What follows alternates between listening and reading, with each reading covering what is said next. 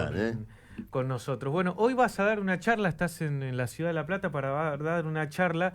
Me gustó el título también, un escenario político de derecha en una situación social explosiva.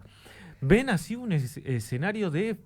A ver, yo me refiero a fuerzas políticas totalmente de derecha y lo demostró las elecciones en Cava, esa Bueno, oferta sí. electoral, ¿no? Sí, esto se manifiesta en varias cosas. Por un lado, los resultados electorales que han favorecido o al gobierno, como en el caso de la Ciudad de Buenos Aires, o fuerzas provinciales que son aliadas del gobierno. Porque, a ver, cuando a veces se dice en Salta ganó Sáenz, Ujú. ganó en Jujuy la fuerza del gobernador, bueno, son gobiernos que en el Congreso actúan aliados con Milei, es decir, eso forma parte del escenario de derecha. En un sentido más amplio, el escenario de derecha abarca la llamada oposición también. Pues, dentro de ella, por ejemplo, al kirchnerismo, a Cristina Kirchner. Si ustedes se fijan, el discurso de ella el domingo pasado Sí. integra este escenario general. ¿Por qué? Porque ella es un señalamiento interesante, que es, aparte, nosotros lo hemos observado, ¿no es cierto?, Sí. también, que es el hecho de que hay un ausentismo electoral, una cantidad de gente que no va a votar, pero no vota la oposición. Es decir, que un rechazo, un desinterés, también es rechazo a los que pretenden ser oposición. Ahora, la conclusión de Cristina Kirchner en relación a este punto eh, es que el rechazo, ¿no es cierto?, o esta negativa a votar, tiene que llevarlos a ellos a acercar su agenda y su orientación Sí, a la política más a parecida al Milei. libertario, exacto. Claro, es Y decir, por si ganó ejemplo, Milei, a mí me extrañó lo de Cristina Fernández de Kirchner hablando hoy en esta altura, cuando ella fue gobierno durante de estado, hablar de estado eficiente ahora, por claro, por ejemplo, ¿no? eso, En alguna. lo de Estado eficiente es una búsqueda. Bueno, antes de eso dijo que la motosierra ejercía un encanto, una Ujú. suerte de fascinación, ¿no es cierto? Es decir, la vimos a Cristina como encandilada por la motosierra. Y después lo explicó en esos términos, porque lo del Estado eficiente es una concesión monumental a toda esta ideología libertaria y fascistoide. Terrible concesión. ¿Por qué? Porque lo de Milei, en relación al gasto público, no tiene absolutamente nada que ver con alguna cuestión de índole administrativa, con que una oficina funciona bien o funciona mal. El recorte del gasto por parte de Milei ha apuntado a las jubilaciones, ha apuntado a la salud pública, a la educación. Entonces, concederle a Milei que el problema del Estado eficiente es un gran valor, cuando lo que está haciendo Milei en nombre de un Estado eficiente es una masacre social sobre jubilados y trabajadores de la salud y la educación, es casi, ¿no es cierto?, es un gesto de condescendencia con Milei absolutamente extraordinario. Ujú. Ese es el balance que saca el kirchnerismo de sus resultados electorales perdidosos. Es decir, si nos ganó Milei, parezcámonos a Milei. Entonces, eso forma parte de un escenario de derecha. Entonces, en este cuadro, sin embargo, subyacen dos cosas que son muy importantes. Una, este ausentismo electoral, que no refleja indudablemente una tendencia política definida, más bien refleja una insatisfacción todavía difusa, todavía seguramente preñada de confusión, pero que al mismo tiempo se da en un cuadro social que tenemos que atender. Primero, una situación intolerable en materia de caída de los ingresos, despidos, retroceso de las condiciones educativas, sociales y sanitarias. Y luego, en un principio de respuesta popular a esta situación. Hemos vivido en estos días la movilización Mirá, de los... el Hospital Garrahan. Claro, a eso me refería, ¿no es cierto?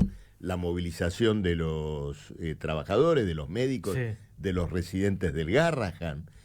Ayer, una marcha de choferes reclamó por el salario, pero lo reclamó al sindicato, a la UTA, por su inmovilismo frente a la cuestión del salario. Y el sábado pasado, en Catamarca, 20.000 jóvenes con docentes reclamaron contra una reforma reaccionaria del sistema educativo, a la cual derrumbaron, porque el gobierno se tuvo que retrotraer. Entonces, esto expone, ¿no es cierto?, un principio de reacción que tiene un denominador común.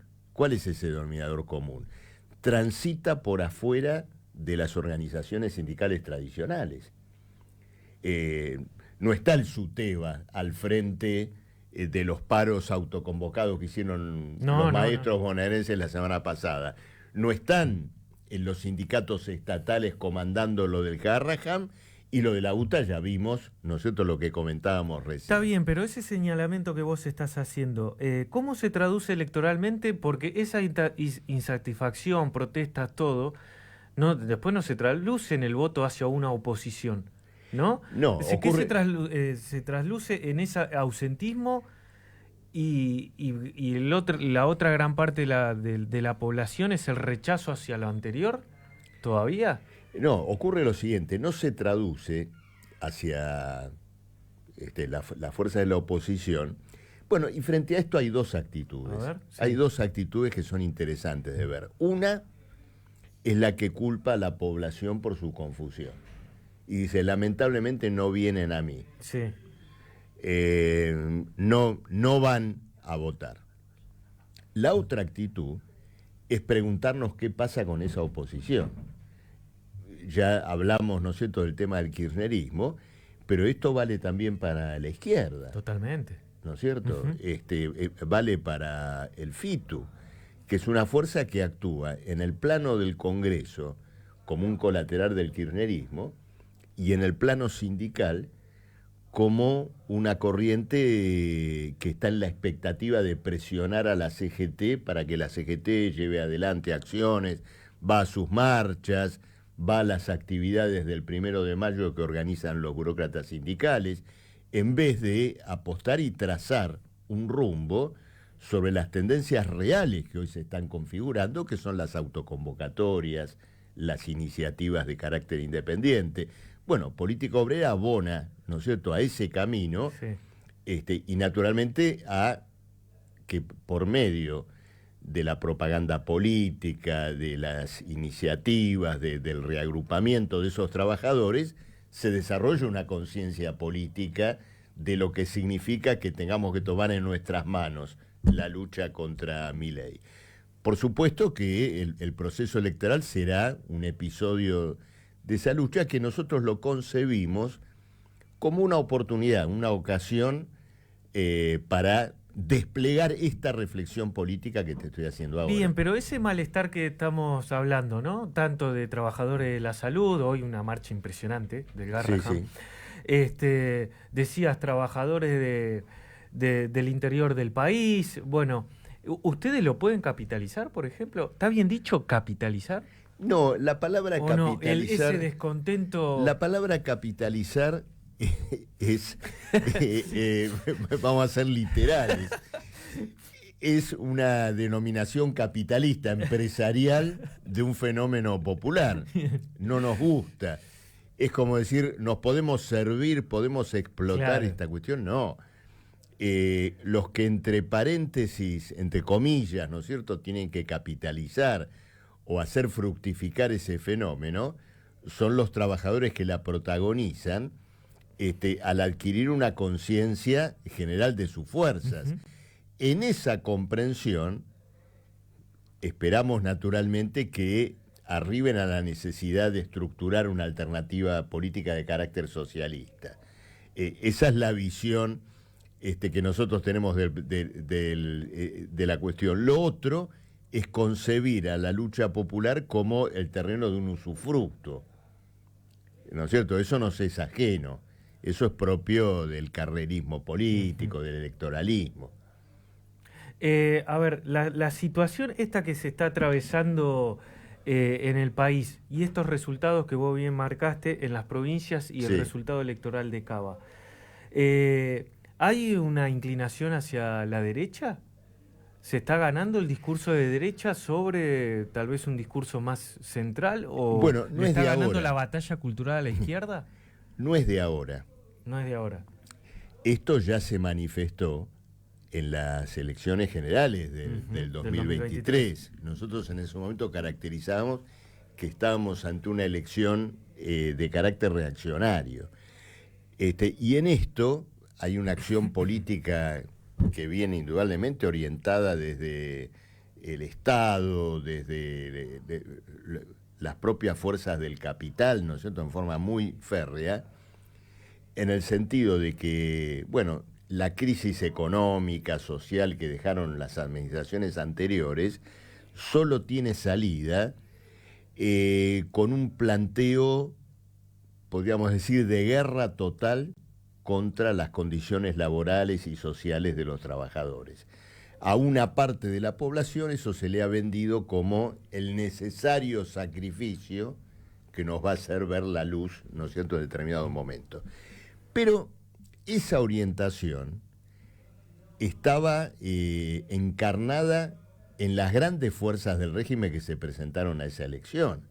Milei fue una manifestación extrema de ello, pero el propio Massa tenía un subsecretario de Finanzas, Rubinstein, que desde hace un año y medio, ahora, se la pasa elogiando al plan económico de Milei. El propio Milei era asesor de Scioli cuando se presentó como candidato a presidente. Es decir, esta es una tendencia de carácter general y empalma con una orientación internacional. Porque en medio de una crisis mundial muy vasta, de un sistema capitalista que ha agotado recursos de rescate que se vienen implementando desde años y desde décadas. La deuda pública norteamericana ya ha superado todos los límites. Bueno, esa tendencia que se desenvuelve en el plano internacional apunta a resolver por medio de la guerra general, ¿no es cierto?, de la guerra internacional y de una guerra social, de una guerra interior contra las masas, esta crisis, ¿no es cierto?, que está atravesando. Entonces, asistimos, digamos, a una tendencia de brutalidad económica, brutalidad política, fascismo en grado de tentativa, y es importante señalarlo en todas sus implicancias. ¿Por qué? Porque indudablemente que la derrota de esta tendencia exige construir una fuerza poderosa de carácter socialista. De lo contrario, simplemente nos podemos postular como resistentes circunstanciales de lo que está ocurriendo. Y en esto último que decís de carácter socialista, me remonta la discusión hasta en redes sociales, cuando a ustedes lo tratan de zurdos de mierda. ¿Cómo se hace para combatir eso y encima, no solo en el plano de las ideas, sino también en esto de los discursivos de forma violenta? Bueno, ocurre lo siguiente. Es complicado, ¿no? No, eso ¿o no? forma parte, ¿no es cierto?, de una tendencia de carácter fascista, ¿no es cierto? Es decir, abordar con un ataque abierto al socialismo, al comunismo, a la izquierda, ¿no es cierto?, toda esta crisis que se está configurando. Pero esto tiene que ser rechazado sobre la base de una acción política enérgica y no defensiva. Lo primero que hay que hacer es mostrar que todo este andamiaje económico, financiero, político que ha armado Milei tiene pies de barro. Ayer hicieron una licitación de deuda, consiguieron $1.000 millones para resolver este problema de escasez de reservas que no pueden resolver de ninguna manera, pagando tasas usurarias, enredándose en una madeja de endeudamiento, digamos, cada vez más grave, que va a conducir evidentemente a una crisis, digamos, a un colapso más temprano que tarde. Es decir, que están armando un edificio con pies de barro. Pretenden, ¿no es cierto?, presentar otra cosa, pero esto tiene que ser indudablemente rechazado, y lo importante es que el eje de este rechazo va a pasar por lo que los trabajadores puedan hacer. Porque fíjate que, sobre todo nosotros en los últimos días, Milei, Caputo y todo lo demás han engendrado una oposición, entre comillas, republicana. ¿No es cierto? Toda esta derecha que se lamenta de los malos modos de Milei, que carajea, que insulta a los periodistas, ¿no es cierto? Toda esta cuestión. Que se pelea con Darín por las que empanadas. Se pelea con Darín, ¿no es cierto? Hay una indignación republicana sobre este tema, pero que no quiere llevar la sangre al río. ¿Por qué motivo? Me refiero, no estoy hablando de Darín, por supuesto, estoy hablando de los operadores políticos que tienen medios de comunicación y que ejercen esta oposición republicana a Milei. La ejercen con cuidado y con guantes de seda, porque saben que en Milei reposa algo tan caro a ellos como la destrucción del derecho del trabajo en la Argentina. En la Argentina se ha liquidado la estabilidad laboral, el derecho a la indemnización por despido, se ha habilitado al trabajo con monotributo como una norma legal convencional. Entonces, todo un sector del gran capital que se lamenta de los malos modos de Milei y que pide otros modales, apoya el núcleo de hierro que se ha llevado adelante. Y acá, nuevamente, incluyo a Cristina Kirchner, en otro campo, digamos, no de esta oposición republicana, sino de una que todavía formalmente reivindica las banderas nacionales y populares. ¿Por qué? Porque en su mensaje del otro día, Estado eficiente, maestros que no van a trabajar, aludiendo a la huelga docente, actualización laboral, sabiendo muy bien a qué se refiere con actualización laboral. Reforma. Por supuesto, ¿no es cierto? Reforma laboral. ¿Qué es lo que está diciendo Cristina Kirchner? Señores, si nosotros volvemos a gobernar, dejamos intacta la herencia antiobrera del gobierno de Milei. Entonces, ahí se ve, digamos, dónde se está gestando la verdadera oposición. No en esos lamentos, sino en la energía de los trabajadores del Garrahan, de los choferes, de los maestros de la provincia de Buenos Aires. Bueno, y hay que apostar a esa perspectiva. Me das el pie para justo analizar una situación. Esto de pelea o no, guerra, cuando vos decís que, interpreto, ¿no?, que hay intereses más arriba por cómo está manejando Milei, ¿no? Y esto de la supuesta enfrentamiento Milei-Macri, el no saludar con la mano, o sea, un sector republicano se deja ningunear, pero sin embargo le da oxígeno al gobierno. Sí, bueno, fíjate que después de todos esos desplantes, prácticamente se cerró un acuerdo en la provincia de Buenos Aires. Ahí te indica que hay intereses más por supuesto, arriba que... Por supuesto, entonces, lo que ocurre es lo siguiente, todo ese sector, entre comillas, republicano, sí, a lo que apuesta es a que esta política derechista sea armada sobre la base de un consenso político más amplio. ¿No es cierto? Ténganos en cuenta, podemos darles una base política. Bueno, y en el gobierno no se desprecia esto totalmente, y fíjate hasta qué punto no se desprecia, que hoy se está negociando la formación de la futura corte, sí, no solo con el macrismo, sino también con el kirchnerismo. Y no solo 7, sino 9, no sé. Por supuesto, cuánto, sí. Es decir, que no se desprecia esto, pero al mismo tiempo está la comprensión de que un plan de guerra contra las masas exige una autocracia política, ¿no es cierto? Un régimen de excepción. Entonces, estas dos tendencias conviven. Bien. Y el plan de guerra ese que contradictoriamente. vos describís no solo es financiero, sino también movilización en la calle. Por El coartar supuesto, la movilización. represión, protocolo antipiquetes, bueno, todo lo que vemos los miércoles en las marchas de los jubilados. Sí. Acá hay que ver también los límites de todo esto, porque cada vez que se logró colocar en la calle un número importante, contundente de manifestantes, el protocolo antipiquete se lo tuvieron que guardar, ¿no es cierto? Es decir, que esto refleja en el fondo, ¿no es cierto?, la precariedad en la cual se están moviendo. Pero es muy importante ver las dos tendencias, ¿no es cierto? Una, que conviven, y conviven, y naturalmente hasta cierto punto, contradictoriamente, y hasta cierto punto como una unidad contradictoria. ¿En qué sentido? Que saben que son dos herramientas con las cuales se puede gobernar. Claro, sí, exacto. Es decir, la ley bases que puede llevar a reprimir movilizaciones, imponer bajo convenios y todo demás, se ejecuta con métodos de excepción, pero fue votada en el consenso parlamentario de todos los que levantaron la mano, ¿no es cierto?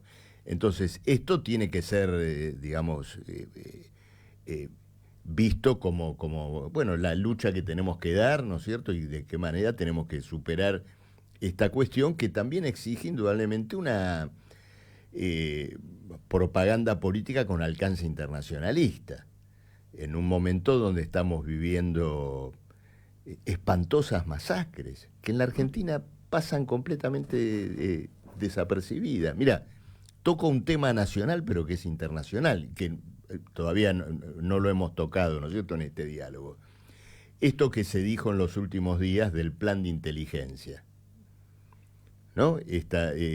La CIDE, que elabora todo un plan de características persecutorias. De perseguir a periodistas. Claro, y todo en el documento, documento, ¿no? en el documento que se reveló hace un par de días, bueno, aparece en los lineamientos estratégicos que las dos potencias aliadas a la Argentina son Estados Unidos y el Estado de Israel.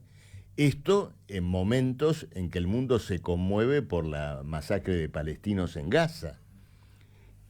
Y el hombre encargado de articular este plan de inteligencia, como lo reveló ayer La Nación, es el segundo de la CIDE, Diego Kravetz, que, como muchos diarios lo señalaron en su momento, fue colocado en ese lugar por indicación del Mossad, es decir, del CIDE, de la CIDE del Estado de Israel, que junto con la CIA estarían trabajando activamente en el armado. Kravetz, hombre que fue del PRO, funcionario de y antes del Mauricio Macri. ¿Antes del kirchnerismo también? Claro, él era legislador del Frente para la Victoria en la legislatura porteña. Hombre de confianza también de otro ahora libertario. Y fue después candidato a vicejefe de gobierno con Tellerman en una elección. Entonces, ahí tenemos la injerencia de Trump y Netanyahu en el armado de los servicios de inteligencia argentinos.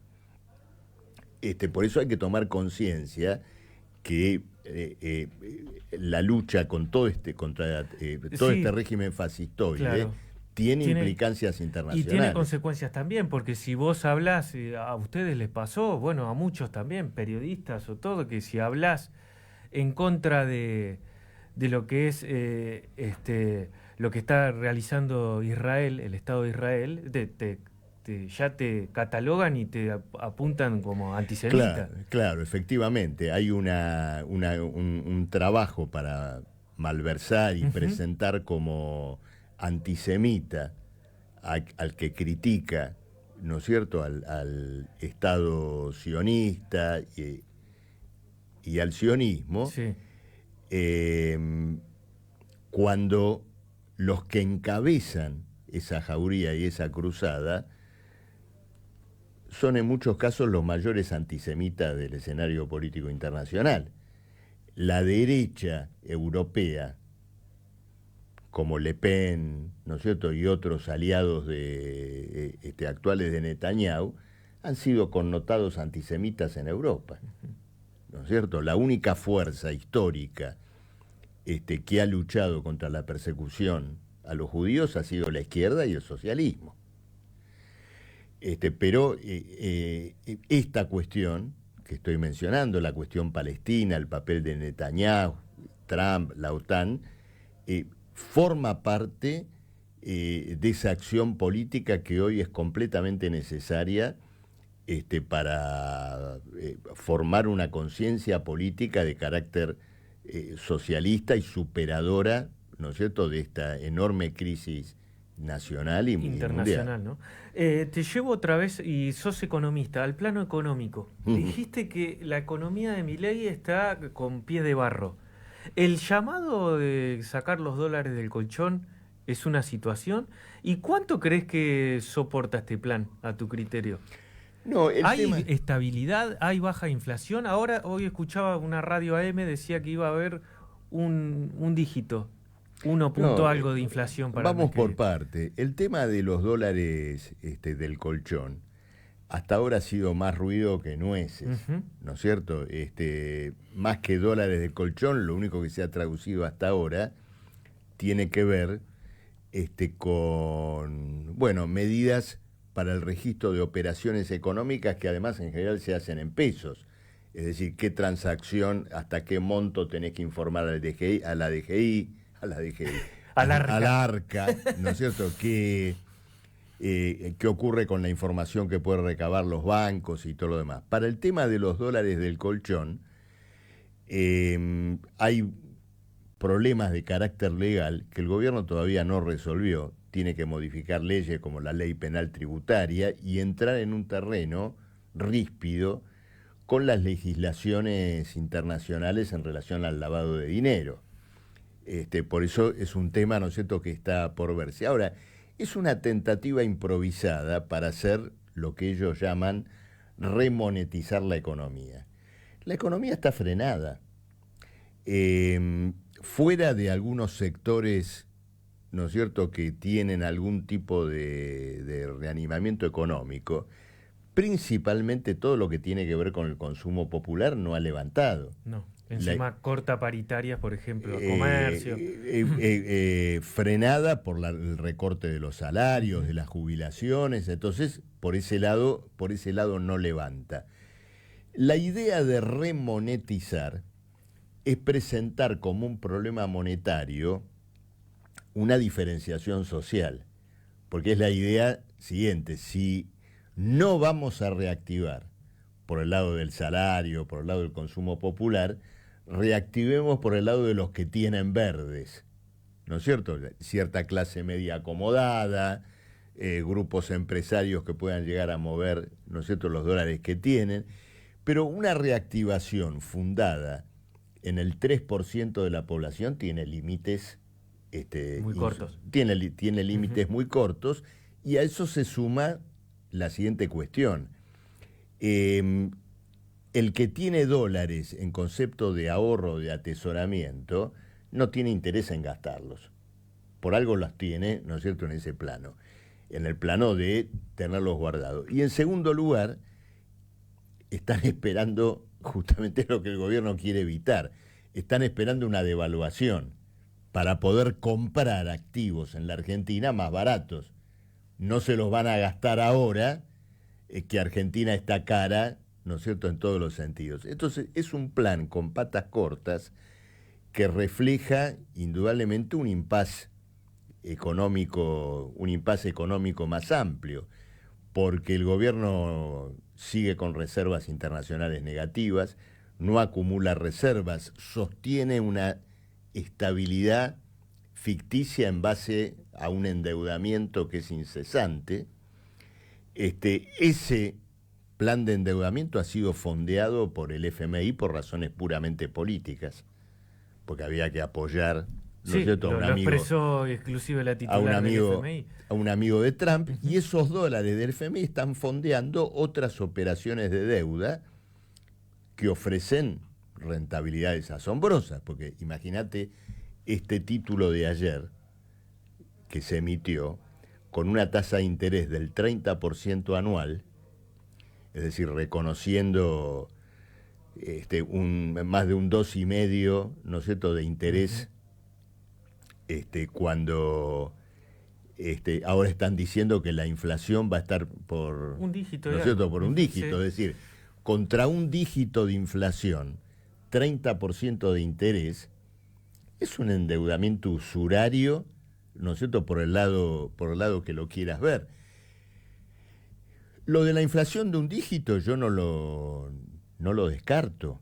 Me refiero, no es que no voy a entrar acá en esa cosa vulgar de decirte, no, sí van a seguir teniendo inflación, van a seguir. ¿Por qué? Porque efectivamente el plan del gobierno es deflacionario. Es decir, lograr una contracción de los precios sobre la base de una retracción del consumo y eventualmente de una depresión económica. Y esa depresión económica, en la mentalidad libertaria, puede implicar una ola de quiebras empresarias y de concentraciones y de adquisiciones posteriores. Es lo que dijo este amigo del gobierno, Arriazu, este economista, que el otro día dijo, por ahora hay más destrucción que creación.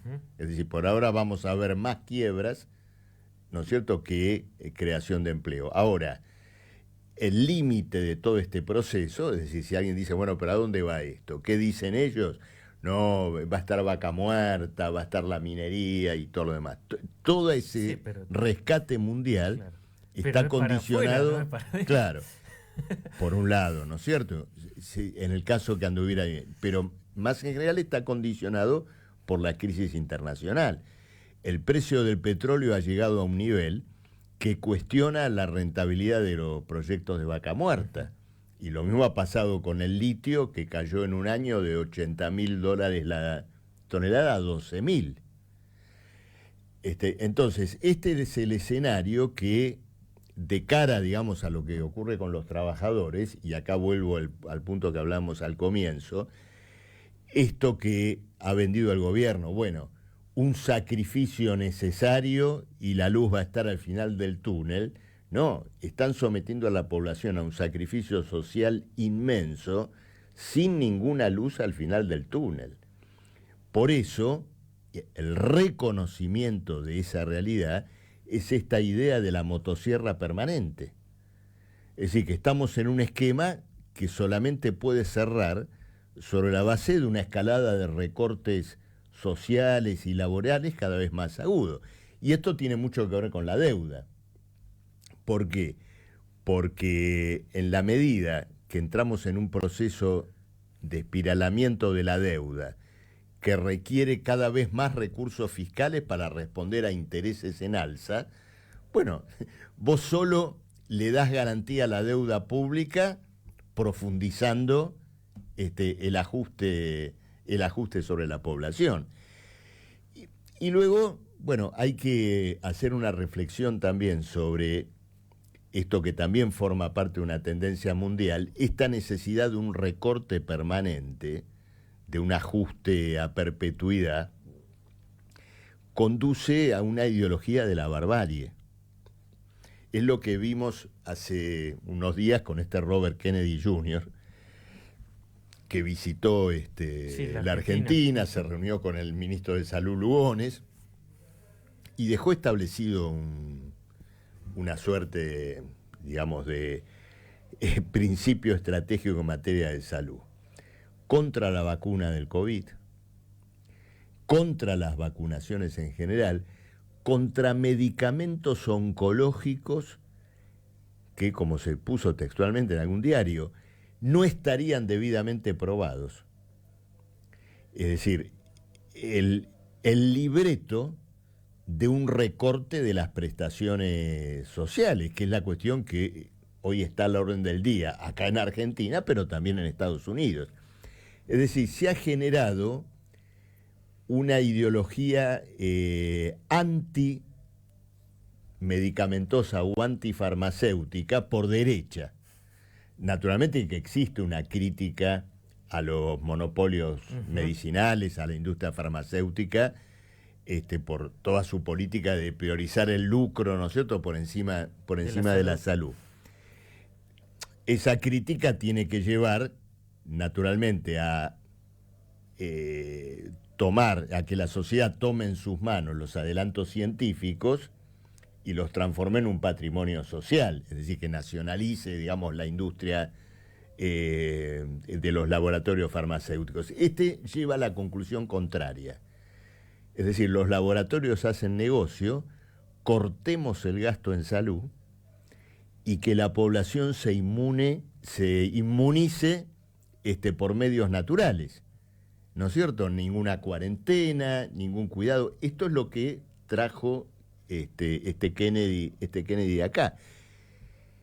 Y ese planteo está en el fondo de todas las acciones de barbarie que más se comentan, ¿no es cierto?, de este gobierno.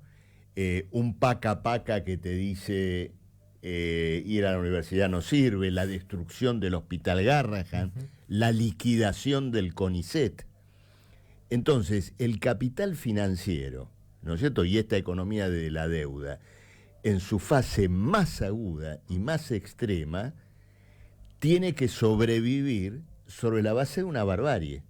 ¿Qué es esto? Es decir, hay alguien que está haciendo biotecnología, echalo, cerremos todo, porque los Bonar 30 vencen el año que viene y tiene que estar el dinero para cumplir con esto.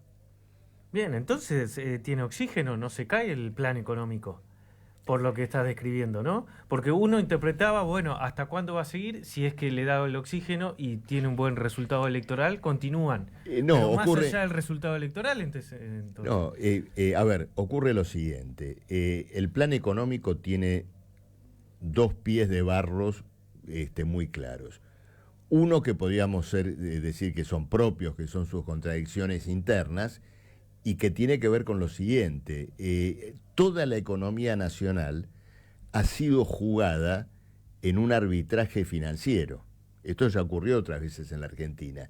Si por cualquier motivo suben las tasas de interés internacionales, se produce un fenómeno de volatilidad como los que todo el tiempo están yendo y viniendo, el capital financiero que ha ingresado en este financiamiento más o menos precario y de corto plazo de la Argentina se retira, se va, deja todo esto patas para arriba. Esta es una cuestión. La segunda cuestión la puso de manifiesto este señor Arriazu, cuando dijo el otro día, Arriazu fue asesor de Martínez de Oz, fue asesor de Menem, es decir, la conoce Lunga, ¿no es cierto? Y dijo, miren,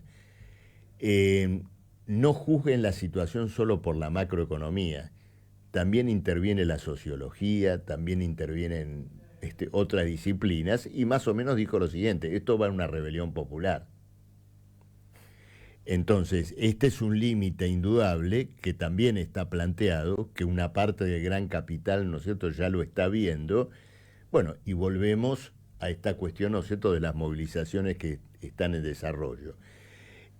Pero, bueno, es muy importante, ¿no es cierto?, la comprensión de este cuadro y pensar que en un momento donde se están discutiendo problemas estratégicos en la Argentina y en el mundo que interpelan en algunos casos a la vida humana, con guerras, genocidios, bueno, todo lo que conversamos antes, hay que construir una fuerza política de alcance estratégico. Bien. Y esa es la lucha que damos en Política Obrera. ¿Y Política Obrera se va a presentar en estas elecciones, tanto en Provincia de Buenos Aires, se va a presentar en septiembre y a nivel nacional? Se va a presentar en septiembre, esperamos poder hacerlo también en octubre. Bueno, y vamos a dar esta reflexión y esta lucha política en un lugar que, ya que hablamos de estratégico, ¿qué puede haber más estratégico que lugares como la tercera sección electoral, la primera sección electoral, la población, las grandes concentraciones obreras de estos distritos? Y bueno, es nuestra intención servirnos de la campaña electoral para llevar este mensaje político. Encima en una situación bastante difícil, porque me acuerdo la última vez que te entrevisté, Te consulté si la izquierda estaba en crisis y me dijiste está en una crisis absoluta, ¿no? Tanto lo que se ahora lo que se da, no se da a conocer, sino lo que más se ve de la izquierda argentina, que es el FITU. Pero ustedes se abrieron de un tiempo a esta parte y son una alternativa a la izquierda. Y ahí también es donde, ¿no?, se presenta una crisis. Sí, por supuesto, hay una crisis. Bueno, hay una crisis en de el FITU. De todos los partidos políticos, ¿no? Y sí, hay una crisis ahora hay una crisis en el FITU. Sí. Intercambios de cartas, ¿no es cierto?, en general muy hostiles entre ellos. Tiene que ver con el balance desfavorable que juzgan, ¿no es cierto?, de los resultados electorales. No se preguntan, sin embargo, por las razones de fondo de ese retroceso. Más bien son reproches en torno de candidatos, lugares que tendría que haber llevado uno, que tendría que haber llevado otro. El FITU conformó un interbloque en el Congreso con el kirchnerismo. Lo hicieron en nombre de una maniobra táctica relacionada con la Comisión Libra, pero el kirchnerismo está negociando absolutamente todo en el Congreso, incluso también lo de Libra. Es decir, que han quedado presos de un juego de maniobras que es ajeno a los trabajadores. Sí, y ha quedado en esa circunstancia de la que supo pelear, me parece, la izquierda, ¿no? Que no era tan importante el cargo legislativo, sino una pelea más allá, ¿no? Claro, eso se ha perdido, es decir, el Congreso, el lugar parlamentario, como una tribuna de una acción revolucionaria, se ha perdido, se ha diluido en medio de un campo de maniobras, ¿no es cierto? Y lo mismo ha ocurrido en el terreno sindical. Entonces, hay que poner en pie a la izquierda sobre otras bases políticas. Uh-huh. Y por eso vamos a dar, ¿no es cierto?, entre otras cosas, la lucha en la elección que viene. Hay dos figuras preponderantes de política obrera, el histórico Jorge Altamira y vos. ¿Se van a presentar como cabeza de lista? ¿Hay otros dirigentes vamos a también, hacer un congreso. No, vamos a hacer un congreso, ahí vamos a discutir, ¿no es cierto?, las candidaturas. Siempre lo hemos hecho de esa manera. Uh-huh. Y bueno, y ahí veremos, ¿no es cierto?, el lugar que nos toca pelear en la propia campaña. ¿Ves difícil estas elecciones legislativas, si son cruciales o no? ¿O es una más? No, son importantes por toda esta crisis política que hemos visto, pero... Por todo el abanico de derecha también. El abanico de derecha, por esta situación contradictoria, un abanico de derecha... Y abajo, ¿no es cierto?, un rum que está pidiendo un camino, ¿no es cierto?, a través del cual abrirse. Pero fundamentalmente la elección es una circunstancia por el hecho de que hay de pronto un interés de algunos medios, la propia población que quiere saber, ¿no es cierto?, para qué lado orientarse. Es una ocasión para ir a las fábricas, a los colegios, exponer un programa. En el Congreso que vamos a hacer ahora en julio, vamos a votar un programa para la elección. Y le damos una gran importancia a esto porque si una circunstancia política de estas características no sirve como escuela política, como factor de capacitación, incluso para los que participan en ella, bueno, entonces también la elección o la campaña electoral se convierte en una pérdida de objetivos, uh-huh, de norte, ¿no es cierto? Y bueno, vamos a votar un programa y vamos al gran desafío de que en una cantidad de municipios, distritos, como es la provincia de Buenos Aires, que es tan diversa, donde habrá que formar listas en muchísimos distritos con población obrera, bueno, esos compañeros en esos distritos sean voceros de una posición, ¿no es cierto?, socialista en la campaña. ¿Crees en la batalla cultural? Lo último que te pregunto. ¿Y si hay una batalla cultural, la está ganando el liberalismo? No, la batalla cultural, el problema de la batalla cultural viene ya de la época del kirchnerismo. Sí. ¿No es cierto? Ellos la implementaron, me acuerdo. Por eso, la batalla cultural choca con la batalla de clases sociales. En la medida, digamos, que toda esta parafernalia de la libertad y todo lo demás, de la fingida libertad, choque con las condiciones sociales afligentes, con la polarización social cada vez mayor, debe derrumbarse. Ahora, otra cosa es sacar conclusiones profundas de la experiencia viva que están llevando adelante los trabajadores. Esa es una batalla política terriblemente importante. Gracias, Marcelo. No, por favor, che, muchas gracias a vos. Pasó Marcelo Ramal, dirigente nacional de Política Obrera, y nosotros llegamos al final de No Están Listos para Esto. Nos vemos mañana. Que tengan una buena